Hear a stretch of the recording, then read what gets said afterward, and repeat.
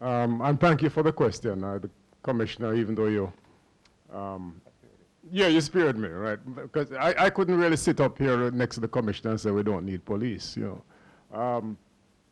I think what the Commissioner's point is excellent.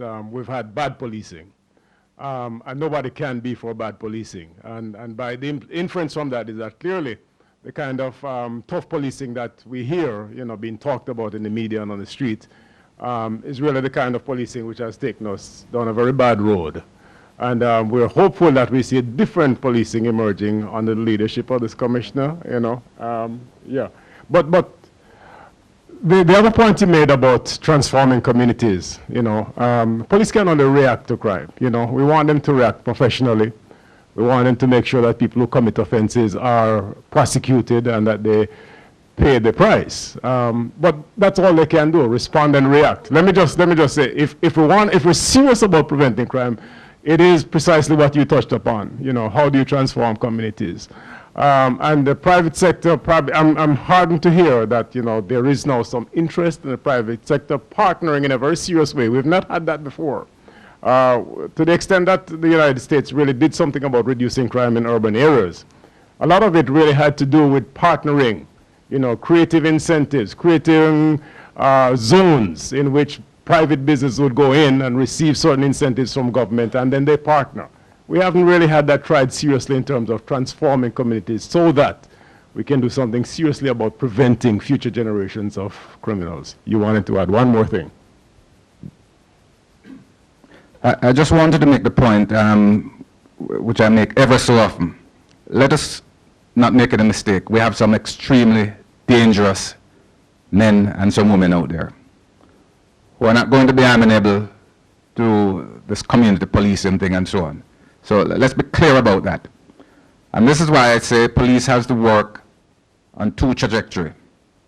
We have to have the kind of robust policing, is what I would call it, who can go and pursue that kind of criminal that we have out there.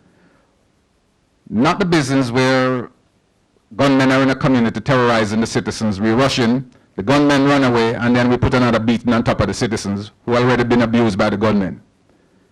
I mean, that's not helpful. So don't get me wrong now. We are having to work on two trajectories, and that's what we're about. Thank you, everybody. It's been a long day, but I think it's been a very fruitful day.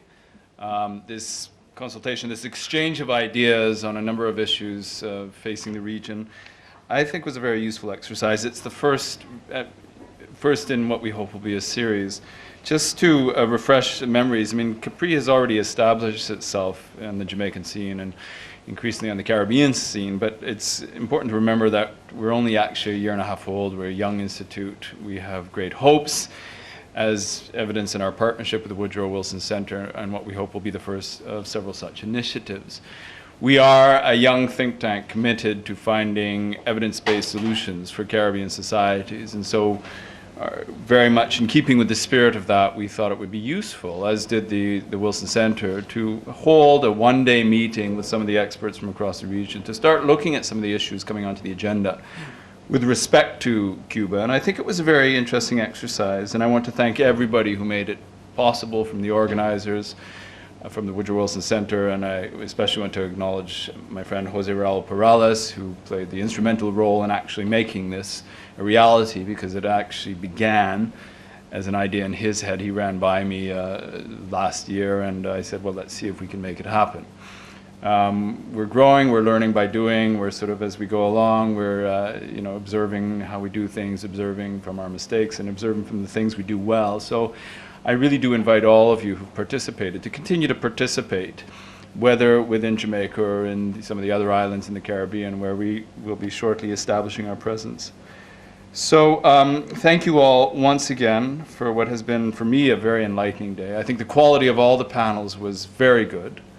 We all have a lot of work to continue doing now in our respective societies in terms of completing the mandate that we have set for ourselves at the Caribbean Policy Research Institute, which is not only to generate research, evidence-based solutions that meet the highest standards of scholarship, but also very significantly feeding them into the public debate, informing the general discussion around policy, so that policy ceases to be an arcane issue of interest only to those policy and academic communities and becomes something that the public itself takes an interest in. You'll notice the presence of cameras here today, and always our effort to try and somehow, sometimes successfully, sometimes less successfully, integrate politicians into what we do, because we're trying to speak the language to them, but we're trying to get them to speak the language as well. So let me just urge you all, whether just personally or collectively, to clap yourselves. I think you've done a very good job. I'd say, what good, and let us continue to influence this conversation as we have, and as scholars, I think, can best do. Scholars sometimes sort of fool themselves, they can do everything, and intellectuals aren't necessarily the people who should actually be running countries, but I think they can inform the debate, and they can inform those who are involved in that exercise with good, solid research and public education of the citizenry. So I look forward to seeing you all again soon, and welcome you back to our shores, I hope in short order. Thank you, and have a good evening.